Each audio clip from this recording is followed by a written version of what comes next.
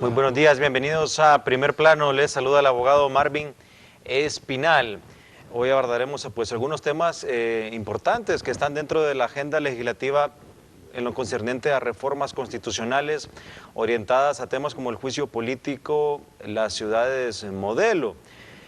También algunos comentarios sobre las famosas consultas que se habla de cuarta, quinta hasta sexta urna. De acuerdo a los comentarios que ha expresado en los medios de comunicación el presidente Porfirio Lobo Sosa. Es decir, en estos meses se harán unos cambios trascendentales en el país. Todo esto en el marco pues también de un año electoral. Para hablar sobre estos temas importantes, pues me complace darle la bienvenida a nuestros distinguidos invitados. Me acompaña el abogado Germán Leicelar. Él es diputado del Congreso Nacional de la bancada del Partido Nacional, Innovación Nacional y Unidad Pino. Buenos días, abogado. Bienvenido. Gracias. También me acompañan los distinguidos juristas constitucionalistas, el abogado Juan Carlos Barrientos. Muy buenos días, abogado. Buenos días. Gracias por su invitación. Muchas gracias. Y el abogado José María Díaz Castellanos. Bienvenido, abogado. Muchas gracias, Marvin. Muchas gracias. Bueno, tenemos aquí algunos de los titulares. Este es el que generó en el fin de semana el presidente Porfirio Lobo Sosa, en el cual, de acuerdo al titular, dice: presidente Lobo reitera cuarta, quinta y sexta urna en elecciones. Antes de entrar pues, ya al tema de la ciudad modelo y el juicio político, abogado Leicelar, la sociedad se pregunta por qué cuando el presidente Zelaya hablaba de cuarta urna era ilegal y ahora que el presidente Lobo habla de cuarta, quinta hasta sexta, ya es legal. ¿Qué cambios son los que han habido en el panorama nacional y en el marco jurídico para que ahora tranquilamente, pues prácticamente sea un hecho una cuarta, quinta y hasta sexta urna en las elecciones? Bueno, muy buenos días. Un placer, Juan Carlos, José María o Chemita, mi buen amigo también. Mire, si usted observa y recuerda la crisis del 2009, usted acuérdese que el Partido Nacional, a través de don Porfirio Lobo Sosa, habló de una urna constitucional. Porque el problema con la propuesta de Mel es que era una consulta popular al margen de todo procedimiento político y a todo margen de procedimiento electoral, al margen del Tribunal Supremo Electoral y bajo un contexto en el que ellos planteaban eso como Partido Nacional. Ahora, siguiendo ese criterio, se reformó la Constitución y se desarrolló el proceso de la consulta popular a través del plebiscito y el referéndum. Lo que me parece a mí incorrecto y que más lo veo con un criterio político y no un criterio de consulta, es hablar de cuarta, quinta y sexta urna. Uno, porque es financieramente afectable para el país, y dos, que cualquier consulta por plebiscito o por referéndum perfectamente se puede hacer en una misma papeleta, como se consulta en otros países, que si usted ve que la papeleta de los diputados es una papeleta en la que no puede cubrir un espacio, o en la papeleta de los alcaldes, en la papeleta del presidente de la República, perfectamente se puede consultar algo que sea aprobado por el Congreso a través de esto para consultar a la población. Pero yo siento que esta discusión es más una provocación de crear una polémica de carácter político, más que algo de carácter institucional o legal. Pero el Partido Nacional, aún cuando estuvo la crisis, y usted, no sé, Chema, si tú recuerdas, Juan Carlos, el Partido Nacional propuso una urna, nada más que no le llamó cuarta, sino urna constitucional, que la trataba de enmarcar en la disposición constitucional, pero que en aquel momento no tenía ni las figuras que se le aprobaron con la reforma, ni el mecanismo de un procedimiento para la consulta. Pero recuerde que la consulta popular puede ser fuera de un proceso electoral o dentro de un proceso electoral, dependiendo las circunstancias y la situación en que se haga. En este momento, frente al proceso electoral que tenemos, perfectamente en la papeleta presidencial se puede hacer la pregunta, porque si no, compañeros, ¿cuánto le costó al país ratificar algo que no había que ratificar. En el caso del Libre, les costó más o menos 15 millones o más de dinero en una candidatura que usted sabe, si aquí los tres estamos por una votación y hay consenso, ¿para qué vamos a votar? Sí. Si hay disenso, debemos de votar, porque entonces puede ser que la votación sea 2-1, ¿va? Pero si hay consenso, no tenía sentido. Pues exactamente eso es lo que le planteo, que no hay necesidad de cuarta, quinta ni sexta, sino que si hay alguna consulta sobre un tema específico, perfectamente un sí y un no se puede incorporar en la papeleta presidencial. Sí, bueno, cómo cambian los escenarios políticos. Recuerdo justamente antes de que el presidente Lobo y el presidente Juan Orlando Hernández presentaran ese proyecto en ese momento de la urna constitucional, algunos días antes el presidente Lobo había expresado su rechazo a la consulta o a la cuarta urna, inclusive pateando una urna en un mitin político. Pero, abogado, estamos claros, ahora hay un marco legal, ahora se puede consultar, pero ¿qué cosas se pueden preguntar? ¿Qué cosas están dentro del marco de la Constitución? ¿Se puede preguntar una reelección, un cambio, un aumento del periodo presidencial? ¿Qué cosas se pueden preguntar en la consulta legalmente y qué cosas no? Bueno, fíjese que en el artículo 5 de la Constitución, que fue reformado porque el Poder Constituyente, cuando decretó la Constitución, en ningún momento habló de las figuras del plebiscito ni del referendo, sino que se fue objeto de una reforma posterior. Con buen suceso pusieron ahí algunas prohibiciones, en el sentido de que no se podían hacer consultas, y estas consultas tenían que ver con los contenidos pétreos de la Constitución, que están en el artículo 374, que son lo relativo al territorio, a la no reelección, a que no podía ser presidente quien ya lo hubiera sido cualquier título, asuntos relativos a la forma de gobierno y a la reforma misma de la Constitución. No se podía tampoco hacer plebiscitos ni referéndums sobre temas que tenían que ver con la moneda, con empréstitos internacionales, con asuntos que tuvieran que ver con impuestos, asuntos tributarios, asuntos que tuvieran que ver con tratados internacionales. Con buen suceso digo porque, por ejemplo, si usted le pregunta al pueblo si quiere que eliminen el impuesto sobre ventas, yo creo que hasta el 100% de la población va a votar que sí. De la renta. Todos los impuestos. Y todos los impuestos que los deroguen. Sin embargo, este Congreso actual, ¿verdad?, con algunas excepciones notables, votó porque se reformara ese artículo. Una situación sumamente polémica porque dentro de las reformas, para hacer más viable la figura, bajaron los porcentajes, ¿verdad?, de participación, que estaban muy altos según la reforma original. Y aquí viene lo lamentable, que quitaron todas las prohibiciones, de tal suerte que ahora es libre, pero no el partido de Mel, ¿verdad?, sino que ahora usted puede preguntar lo que usted quiera, ¿verdad?, porque quedó suprimida cualquier prohibición. Entonces usted le puede preguntar al pueblo lo que quiera. Extremo peligroso porque al no estar inclusive las prohibiciones de los artículos pétreos, usted le puede preguntar al pueblo de manera velada, ¿verdad?, porque la palabra Asamblea Constituyente está satanizada.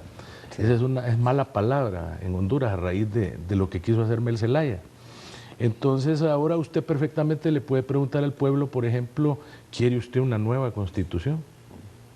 Entonces la gente neófita que no conoce bien el tema va a decir que sí, porque como aquí le han vendido la idea a la gente que con una nueva Constitución en Honduras todo va a ser una bonanza, va a caer maná del cielo, la selección nacional es posible que campeonice, ¿verdad?, en Brasil en el 2014, cuando hay una nueva Constitución. Por mandato constitucional. Por mandato constitucional, por decreto. Entonces esa situación, Marvin, hace de que usted le pueda preguntar inclusive al pueblo la pregunta que quiere Mel Zelaya, por ejemplo. ¿Quiere usted que en Honduras se elimine la prohibición para la reelección? Bueno, no solo Zelaya. Pero a él es al que más le encanta, ¿verdad? Sí. Porque como él es el que ha andado promoviendo eso, vendiéndole al pueblo la idea de que van a redimir y refundar a Honduras, cuando lo que realmente quieren es eliminar esas trabas para volver otra vez a intentar ser presidentes, porque este señor tiene la idea de que él es tan popular, ¿verdad?, que él es el segundo Morazán que hay en Honduras, que cuando él se presente otra vez a una candidatura, el pueblo va a salir desjuiciado a votar por él, ¿verdad? Pero bueno, yo estoy de acuerdo, si se busca una reelección, que se pregunte claramente. Prefiero eso a que sean preguntas vagas como la que usted dice, cree una nueva constitución y que uno no sepa ni qué va a tener la constitución y qué cosas van a haber. Me da una pregunta concreta, si usted quiere reelegir a Zelaya, a Micheletti, a Calleja, a Carlos Flores, a Maduro, pero me parece muy bien, pero sí ese plebiscito, mientras se manejen preguntas muy abiertas, me parece muy peligroso. Ya el presidente Juan Orlando estaba mencionando de que se preguntara si usted quería una buena depuración policial. Y todo el mundo va a decir que sí. ¿Quién no va a querer una depuración? Entonces, mejor se está de acuerdo con el uso del polígrafo para un despido inmediato de un policía que no lo apruebe. Eso ya es una pregunta concreta que se puede pues poner en un plebiscito referendo. Abogado, pero así como el Congreso se muestra muy abierto a consulta, todo el gobierno en general, para preguntas, dicen, para que el ciudadano pues pueda participar en las decisiones importantes del país. Mas, sin embargo, las ciudades modelo, por ejemplo, son decisiones que no se consultan y a pesar de haber sido declaradas inconstitucionales por la Sala de lo Constitucional y después por el Pleno de la Corte, regresan a este tipo de temas. ¿Cómo valora estas contradicciones en las cuales pues se habla de tomar en consideración al pueblo, pero para otras decisiones no? Y su opinión particular también con el tema de la ciudad modelo. Bueno, mi opinión particular, ya la expresaba en otro momento, es que es inconstitucional. A mí me han gustado las decisiones de la Sala de lo Constitucional desde que fue electa. Estos años, creo que llevaba 5 años, 5 años, creo que le faltaban 2 años. Todas las decisiones, una ley de propiedad y varias decisiones que tomó la Corte y dijo que era inconstitucional. Hoy me pregunto yo, ¿quién soy yo como presidente del Congreso para decidir sobre el territorio nacional? Me parece que como presidente del Congreso Nacional, si toco el territorio, por lo menos debería consultarle al pueblo. Me parece que es un tema de consulta popular, ya que se quitó. Antes ni se decía, pero es discutible porque decía que es atenta contra la forma de gobierno, pero por lo menos si se puede consultar todo tipo de asuntos, consultarle al pueblo. Si queremos un enclave como lo hemos tenido, como la Carta Rolston de 1920, que dice que este es un pueblo borracho y que se puede hacer lo que se quiere con este pueblo, pues hombre, diríamos nosotros que no es posible que el Congreso Nacional, habiéndose declarado una inconstitucionalidad de la Constitución, vuelva a meter otro decreto y volvamos a hablar y comprometer el territorio nacional, volvamos a hablar de poder judicial y volvamos a hablar de los gobernadores. Yo en lo particular me parece inconstitucional, pero volvámoslo a discutir entonces. Ahora, discutámoslo a nivel de pueblo. Vámonos al pueblo entonces, que decida el pueblo. Pero no es posible que el Congreso Nacional en este tipo de temas no lo consulte y lo esté imponiendo ya. Y quizá estamos hoy en enero. Quizá para aprobarlo en estos días y decir que después del 25 de enero, Día de la Mujer, puede ser otra legislatura y el 26 de enero ya lo estamos aprobando y por lo tanto se ratifica la Constitución y vamos a una ratificación constitucional. En realidad el tema es preocupante, todos los temas son preocupantes, la destitución de los magistrados es preocupante, la eliminación de las exoneraciones es preocupante porque se va a la inversión, se dice que con las ciudades modelo se atrae la inversión y es un tira y encoge que en realidad me preocupa el aspecto legal, me preocupa el aspecto financiero, me preocupa el aspecto de empleo, y hay crisis verdaderamente en el país. Y justamente con esto de que es una nueva legislatura, en otro país una legislatura se considera todo el periodo para que ha sido escogido el Congreso o el Parlamento en su caso.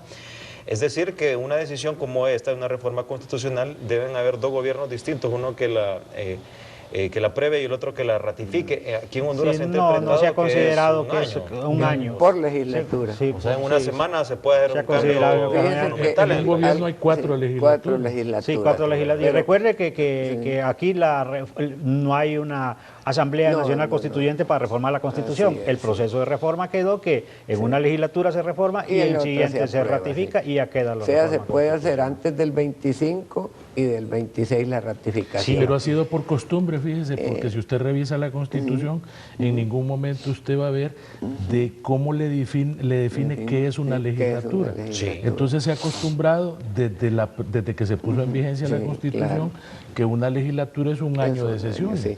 Pero no, la Constitución no dice, la legislatura comprenderá de tal fecha, no dice. Hay algo bien pero interesante. creo que hay una interpretación constitucional sobre la legislatura. Pero Juan Carlos y Chema, hay algo bien interesante lo que ustedes plantearon y que dijo usted también. Fíjese que mejor dicho, les voy a plantear algo que es bien interesante. ¿Qué pasó cuando se hizo las reformas? El criterio, incluso en las discusiones, era que esto fuera abierto, y ustedes como abogados y todos sabemos que la excepción es la que justifica la regla. ¿Por qué? Porque todas las cosas tienen un control y un límite. Pero bien, cuando se hace la ley que regula el plebiscito y el referéndum, tuvimos bastantes discusiones amplias sobre ese tema, y hubo parte de diputados, especialmente del Partido Liberal, que propusieron lo que Juan Carlos mencionaba, de establecer los límites de la regla, que era, entre ellos, lo que tú decías de que no se puede tocar los pétreos, ¿va? Sí. Y se discutió y dijeron que no, se votó y no pasó, pero frente a esa situación, yo, en otra norma de la regla, de la ley, planteé en forma positiva lo de la consulta que acaba de decir el abogado y compañero, de que se planteara la consulta, de que entonces que si se iba a plantear algo sobre un pétreo, que se planteara con una disposición precisa de un sí o de un no. Y fíjate, Juan Carlos, Chema, que cuando dije eso, los dictaminadores expresaron el espíritu de la ley y dijeron que ni en forma positiva ni en forma negativa se podía incorporar ni la prohibición ni la autorización, porque eso era intocable. Entonces, ¿qué les quiero decir con esto? Que en el Congreso está el acta y consta verbalmente que el espíritu es que los pétreos son intocables, porque si yo te digo, consultemos y se pueden tocar, y me decís no, y si te digo, entonces pongamos la prohibición que no se toquen, y me decís no, ni una ni la otra, porque el espíritu es que eso es intocable. Palabra de Dios, te alabamos, Señor. Entonces, les cuento esto para que vean incluso que el problema, y aquí ustedes que son colegas y más que yo, constitucionalistas, porque yo estoy en otro campo, pero he estudiado un poco esto, en las teorías modernas todos sabemos que la orientación de la independencia camina hacia las facultades y las atribuciones que tiene cada poder, porque aquí se cree que la independencia es una autonomía plena y que el Estado no existe, sino que no hay una interrelación y una conducta. Y la norma constitucional es el equilibrio entre todos los intereses que se manejan en la sociedad, los conflictos de intereses económicos, sociales, de carácter sexual, de carácter de raza, etcétera, etcétera, de todo lo que se hablaba ahorita. Entonces, ¿qué pasa con los poderes? El poder ejecutivo se considera que el poder legislativo es el poder que representa la voluntad política para hacer algo. El poder ejecutivo, la capacidad de ejecutar lo que hizo el otro poder. Pero lo fundamental del sistema es los controles, el control del poder político que lo ejecuta el sistema judicial. Entonces lo que José María dijo, toda la lucha de los grupos dominantes autoritarios, que es lo que tienden a controlar el control político, que es el sistema judicial. Porque si ese control de la constitucionalidad no tiene esa interrelación y esa autonomía adecuada, entonces cuando se une la voluntad política con la ejecución política, Si controlan aquello, no hay límites, pues, no hay límites para hacer lo que sea, porque entonces ya no opera el Estado de Derecho, sino la voluntad personal. Sí, y bueno, ya voy a consultar precisamente sobre ese recurso que no ha resuelto la Corte. Ahora se menciona también cambios y reformas al Ministerio Público, ya no habrá pues un fiscal nacional y un liberal, ahora habrá un nacionalista y algunos otros cambios que habrán de casualmente instituciones que deberían ser pesos y contrapesos, al parecer se están acumulando. Pero bueno, nos dice el abogado Ley Celar, y es cierto, muchos dicen, bueno, los pétreos son pétreos, pues son intocables, pero veo que muy fácilmente el tema del territorio nacional es un artículo pétreo, pero sí, se aprueban ciudades modelo que tocan y trastocan el territorio nacional, que se supone es un artículo pétreo, debería de ser inconstitucional. Bueno, ya la Corte se había pronunciado, pero se continúa.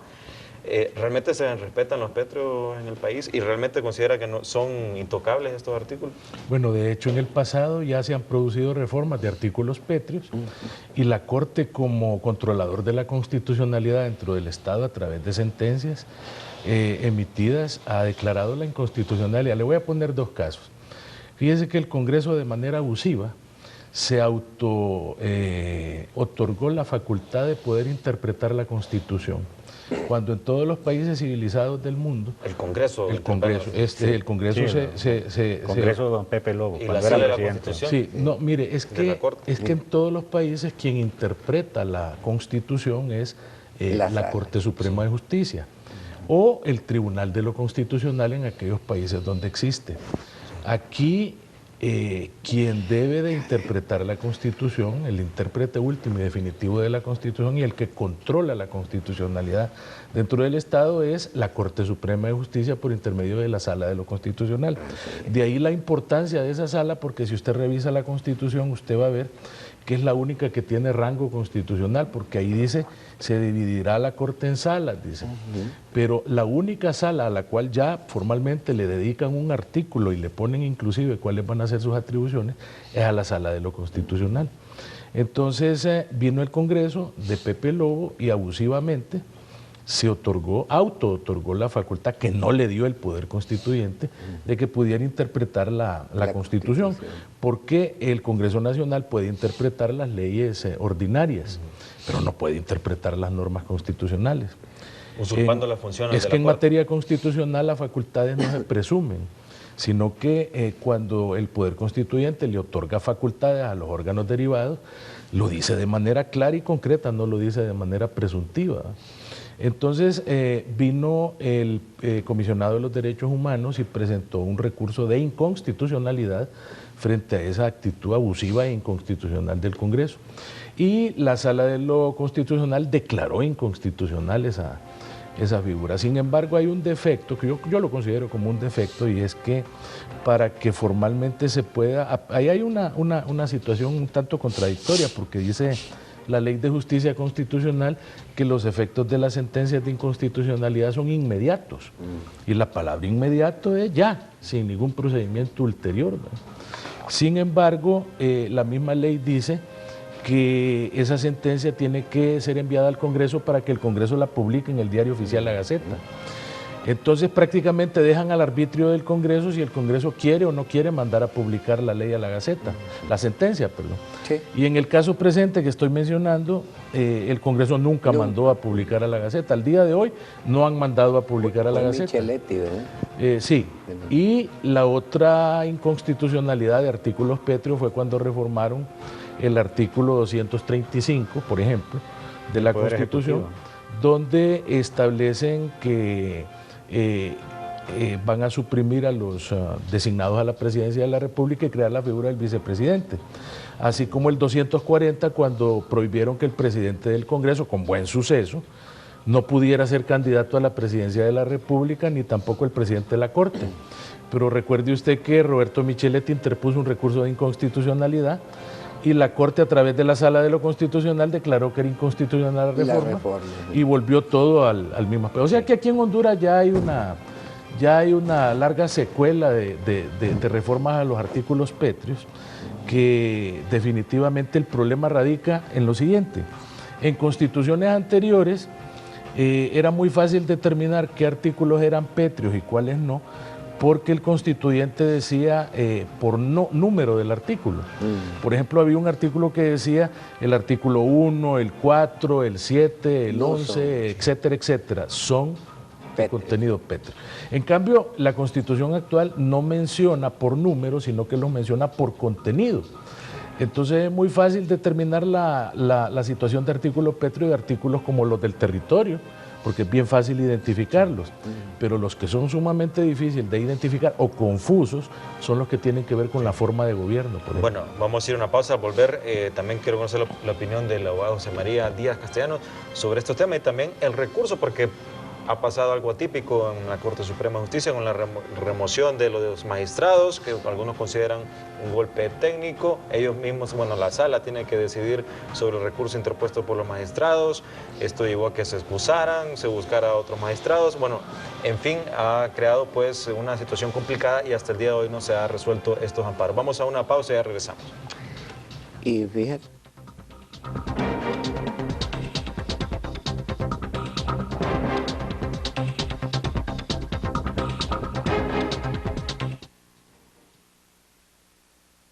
Unos pocos se quieren quedar en el poder. Desde el Congreso violan las leyes y respetan los poderes y amedrentan funcionarios para manipular sus proyectos. Ahora el Congreso maneja más presupuestos que no le corresponden. Han despilfarrado el dinero del Estado, poniendo en peligro nuestros empleos, educación, salud y nuestras vidas. Las ciudades modelo ahora van con otro nombre. Se burlan de nosotros. Venden el país a pedazos. Este martes 22 a las 11 de la mañana en los bajos del Congreso, todos contra el abuso de poder.